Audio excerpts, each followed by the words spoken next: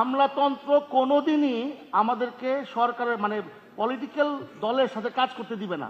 আমি যত ভ্যাট দিচ্ছি আমার উপর তত প্রেশার, আমার পাশের দোকানের ভ্যাট লাইসেন্স নাই, ট্যাক্স নাই, কিচ্ছু নাই, কমপ্লায়েন্স নাই, তার উপর কোনো প্রেশার নাই।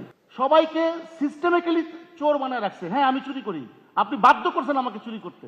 এমন একটা সিস্টেম করে দিয়েছেন যে ক্ষুদ্র উদ্যোক্তা মরে যাবে, প্রাইভেট সেক্টরে যারা সৎ ব্যবসায়ী তাদেরকে রাখেন, তাদের মতামত নেন, তাইলে দেশে এগিয়ে যাবে, তা না হলে যে লাউ সেই কদু। যেদিন আমি এই বাজেট আলোচনায় এনবিআর চেয়ারম্যান মহোদয়ের সাথে মিটিং করে আসলাম, তার পরের দিন আমাদের সমস্ত রেস্তোরাঁয় যেগুলো আমরা ভ্যাট ট্যাক্স দেই, কমপ্লায়েন্স মেনটেন করি, সেগুলোতে একযোগে অভিযান শুরু হলো। অভিযান শুরু হয়ে যেখানে আমাদের 30 থেকে 40% সেল কম 5ই আগস্টের পরে, আমাদেরকে বলতেছে তুমি 3 গুণ ভ্যাট বাড়াই দিবা। এই যে মাঠ পর্যায়ে যে জ্বালাতন, আপনারা ভাই একটু বলি, আমলাতন্ত্র কোনোদিনই আমাদেরকে সরকারের মানে পলিটিক্যাল দলের সাথে কাজ করতে দিবে না। 50 বছরের সিস্টেম চেঞ্জ হয়নি। আমি চেয়ারম্যান মহোদয়কে বলছি, আপনার কথা তো সারা জীবন শুনলাম, আপনারা ইএফডি করলেন, আপনারা ইসিআর করলেন, এখন আবার নতুন করে সফটওয়্যার নিয়ে আসতেছেন, একটাও বাস্তবায়ন হবে না।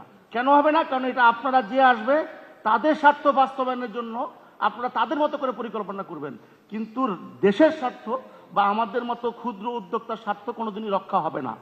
একটা লেভেল প্লেইং ফিল্ড নাই। আমি যত ভ্যাট দিচ্ছি আমার উপর তত প্রেশার, আমার পাশের দোকানের ভ্যাট লাইসেন্স নাই, ট্যাক্স নাই, কিচ্ছু নাই, কমপ্লায়েন্স নাই, তার উপর কোনো প্রেশার নাই।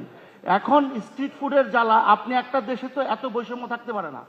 আমরা বলেছি 4 গুণ ভ্যাট আদায় করে দিব এই জুন থেকে আগামী জুন, আপনি আমার কথা শুনেন, কিন্তু ওনারা আমাদের কথা শুনবেন না।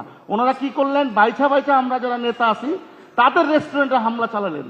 আমাদের কারো কথা, 13টা অধিদপ্তর, আপনি মাননীয় অর্থমন্ত্রী মহোদয় একটু শুনবেন, ওনাদের কথা একটু পরে শুনেন, আপনি শুনেন।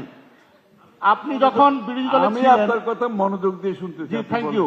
আপনি যখন বিরোধী দলে ছিলেন আপনি বলছেন যে বাংলাদেশ হচ্ছে আমরা স্রোতের বিপরীতে ব্যবসা করি, সবাইকে সিস্টেমিক্যালি চোর বানায় রাখছে। হ্যাঁ, আমি চুরি করি, আপনি বাধ্য করছেন আমাকে চুরি করতে, কারণ আমাকে লেভেল প্লেইং ফিল্ড দেন নাই। তো এই থেকে বেরোর রাস্তাটা কি?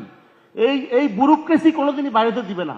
যখন তারা ওইখানে থাকে তখন তারা খুব বড় বড় কথা বলে, খুব সিস্টেমের কথা বলে, বাট সিস্টেম করতে পারে না। যখনই তারা রিটায়ার করে তখন বলে হ্যাঁ আপনারা আসলে ভুক্তভোগী, আপনাদের এটা করা দরকার ছিল।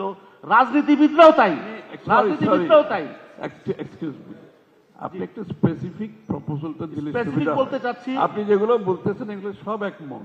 আমি বলতে চাচ্ছি যে আমাদেরকে ভ্যাট না বাড়িয়ে, প্রপোজাল দেন। মাননীয় অর্থমন্ত্রী মহোদয়, আমরা শুনেছি আপনারা ভ্যাট একই হার আবার নির্ধারণ করবেন 15%, IMF এর পরামর্শে। যখন এর আগে কিন্তু 15% থেকে আমরা 5-এ